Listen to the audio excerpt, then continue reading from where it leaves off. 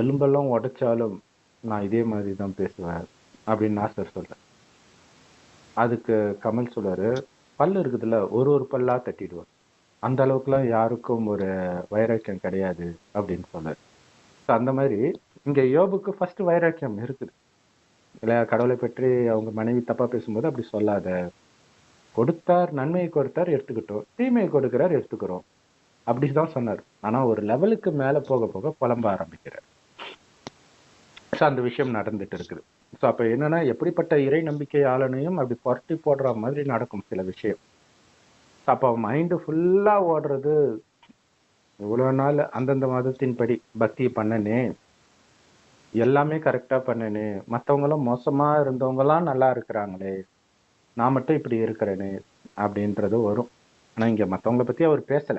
யோபு மத்தவங்களை பத்தி பேசல, தனக்கானதை பற்றி